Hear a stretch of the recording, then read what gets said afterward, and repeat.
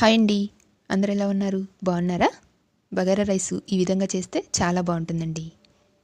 Bagara rice కావాల్సిన vegetables అన్నీ బంగాళదుంప, టమాటా, పచ్చిమిరపకాయలు, కరివేపాకు, కొత్తిమీర అన్నీ కట్ చేసి పక్కన రెడీగా ఉంచుకోవాలి.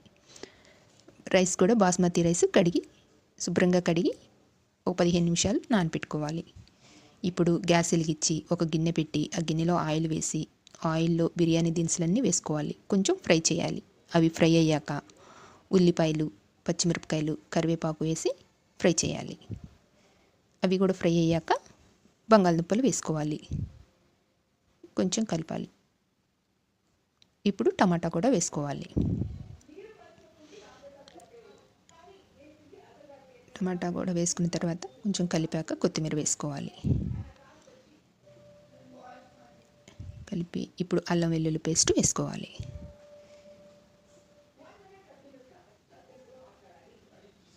ఇప్పుడు కొంచెం ఉప్పు వేసుకోవాలి. కొంచెం ధనియాల పౌడర్ వేసుకోవాలి. వేసుకొని మూత పెట్టాలండి. ఉప్పు వేసాక కొంచెం టమాటా ముక్కలు, బంగాళదుంప ముక్కలు మగ్గుతాయి. ఒకసారి కదిపించి ఇప్పుడు వాటర్ పోసుకోవాలి. బాస్మతి రైస్తో కదండి నేను చేసింది. ఒక గ్లాస్ బియ్యానికి గ్లాసున్నర వాటర్ తీసుకుంటున్నాను. ఏ గ్లాస్తో అయితే రైస్ తీసుకుంటారో దాంతో వాటర్ కొలత తీసుకోవాలండి.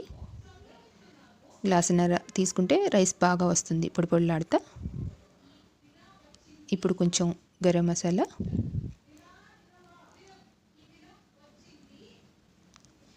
వేసుకోవాలి. ఇప్పుడు తెరలేటప్పుడు కొంచెం జీడిపప్పు అండి. ఇప్పుడు నేను జీడిపప్పు వేస్తున్నాను. అవి ఫ్రై చేసేటప్పుడు కూడా వేసుకోవచ్చు. ఉప్పు చూసుకోవాలండి. ఉప్పు చూసుకొని బియ్యం వేసుకోవాలి. ఉప్పు సరిపోతే టేస్ట్ మారిపోతుంది. సరిపోతే కొంచెం సరిపోలేదు ఇందాక వేసిన ఉప్పు. ఇప్పుడు నేను కొంచెం ఉప్పు వేసుకున్నాను. ఇప్పుడు బియ్యం వేసేసుకోవాలి. వాటర్ రాకుండా వేసుకోవాలండి. వాటర్ కానీ వస్తే మళ్ళీ రైస్ మెత్తగా అయిపోతుంది పొడి పొడిలాడకుండా. బాగా కలిపి మూత పెట్టాలి.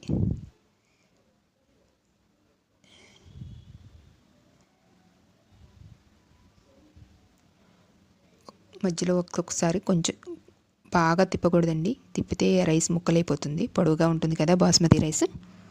కొంచెం కదిపించి మూత పెట్టుకోవాలి.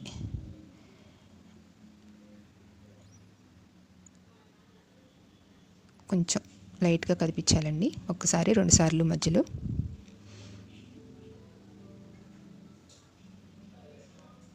ఇప్పుడు కొత్తిమీర కూడా వేసుకోవాలి. కొద్దిసేపు మూత పెట్టాలి.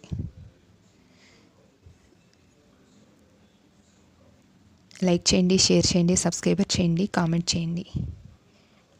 ఇప్పుడు కొంచెం నెయ్యి వేసుకోవాలి. నెయ్యి ఎక్కువ ఉన్న వాళ్ళు ఫస్ట్లో కూడా కొంచెం వేసుకోవచ్చండి. ఫ్రై చేసేటప్పుడు వెజిటేబుల్స్ ఫ్రై చేస్తున్నా చూడండి, అప్పుడే కొంచెం వేసుకోవచ్చు. నెయ్యి ఎక్కువగా ఇష్టపడేవాళ్ళు. రైస్ రెడీ అయిందండి. చాలా బాగుంటుంది. ఇది పన్నీర్ కర్రీ కానీ, మష్రూమ్స్ కర్రీ కానీ, చికెన్ కానీ, మటన్ కానీ ఎందుట్లోకైనా బగారా రైస్ బాగుంటుంది. ఈజీగా చేయొచ్చండి ఇంట్లో ఉన్న వెజిటేబుల్స్ తోటి.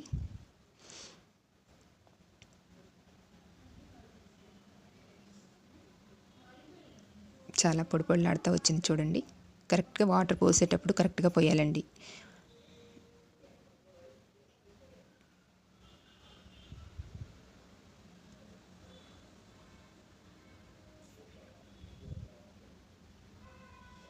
నేను పన్నీర్ కర్రీ చేశానండి.